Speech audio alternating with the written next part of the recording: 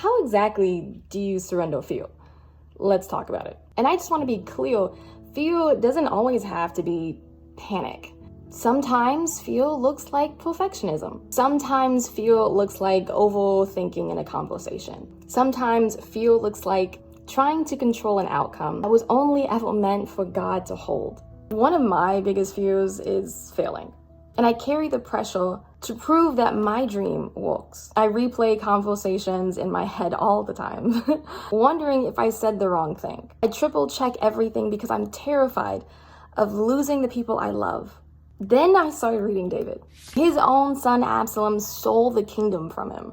He could have fought. Honestly, he's the great King David. He could have fought.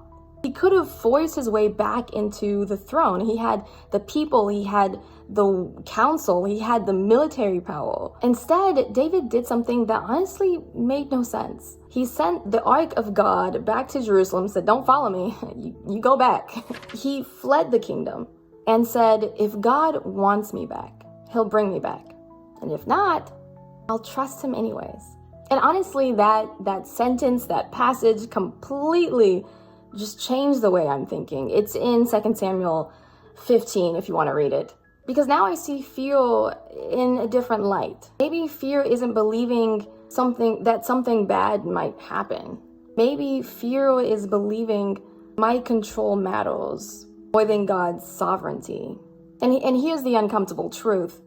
You are not powerful enough to ruin God's purpose for your life. One mistake, one awkward conversation, one failed business, one missed opportunity, none of them outrank God's ability to redeem. The God who resurrects dead things isn't threatened by your bad Tuesday. So here's what I'm practicing.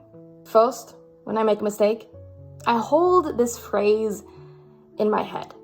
Falling isn't failure. God is holding you up.